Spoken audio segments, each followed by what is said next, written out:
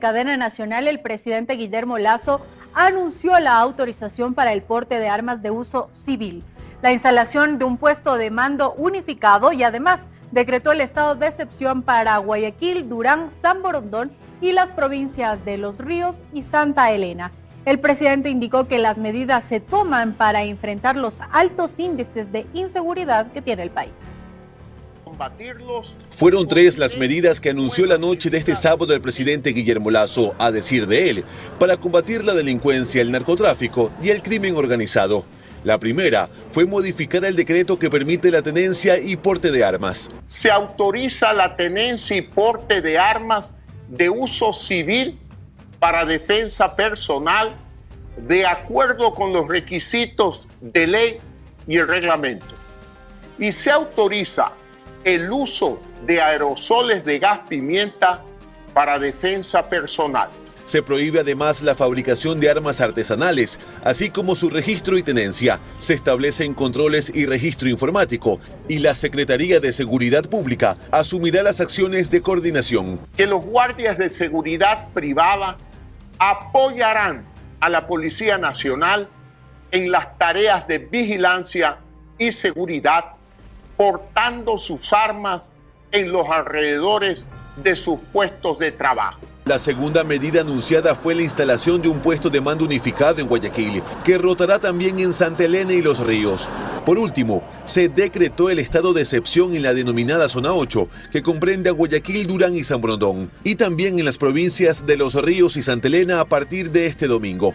Con toque de queda de 1 de la mañana a 5 de la mañana. El presidente aseguró que se han identificado ya 15 objetivos criminales y 6 de esos ya han sido capturados, incluyendo al comandante M, cabecilla de la banda Los Lobos. Condenó además la decisión de jueces de liberar a criminales que ya habían sido capturados.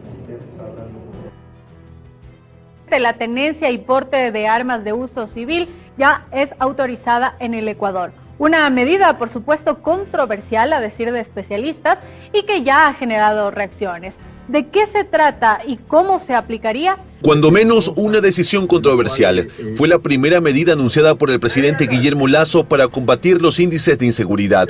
Autorizar la tenencia y porte de armas de uso civil en Ecuador para defensa personal. Se autoriza la tenencia y porte de armas de uso civil para defensa personal de acuerdo con los requisitos de ley y el reglamento.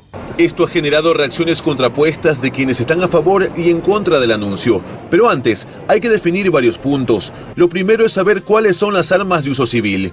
El artículo 17 del reglamento de la Ley de Armas establece que son aquellas que pueden tener o portar los ciudadanos, autorizadas por la autoridad competente, mientras el artículo 18 del reglamento señala que las armas de fuego de defensa personal son las diseñadas para defensa a corta distancia. Estas son pistolas hasta el calibre 9 milímetros, semiautomáticas con alimentadores de hasta 10 proyectiles, también los revólveres hasta el calibre 38 y las escopetas recortadas del calibre 10 al 410 o sus equivalentes.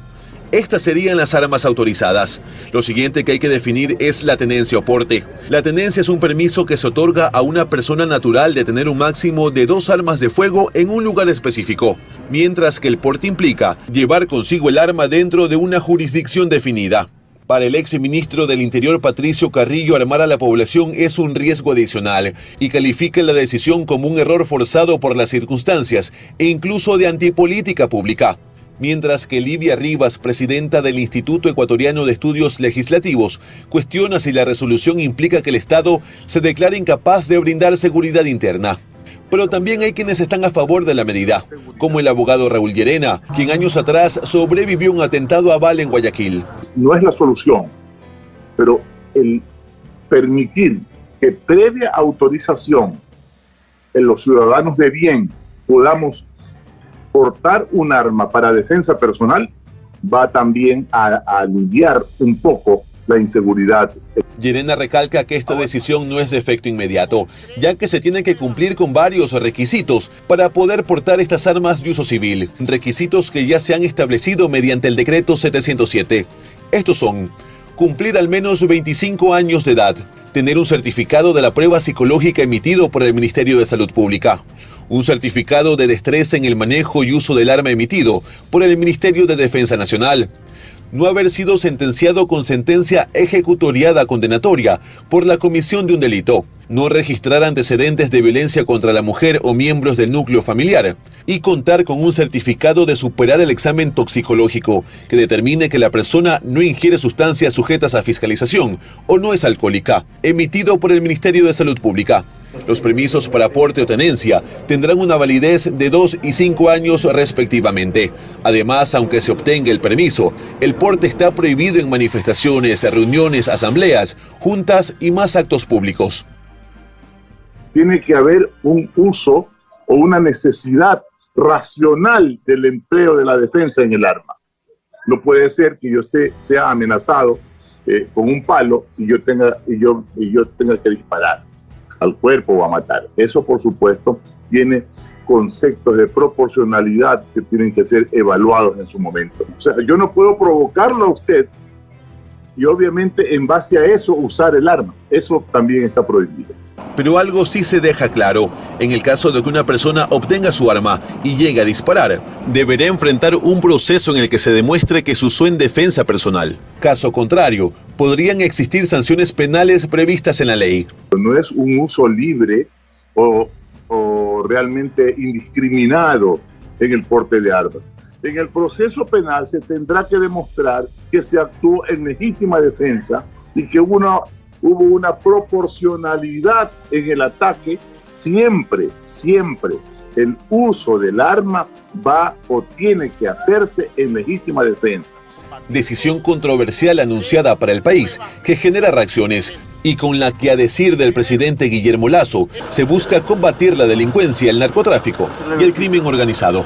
La trama de corrupción que salpica la flota petrolera ecuatoriana data desde el 2015 y tiene que ver con la intermediación y transporte de petróleo. La advertencia que hiciera el exgerente de la empresa en marzo del 2022 es ahora la prueba que le estalla en las manos al presidente Lasso, que enfrenta el juicio político que lo podría dejar fuera del poder.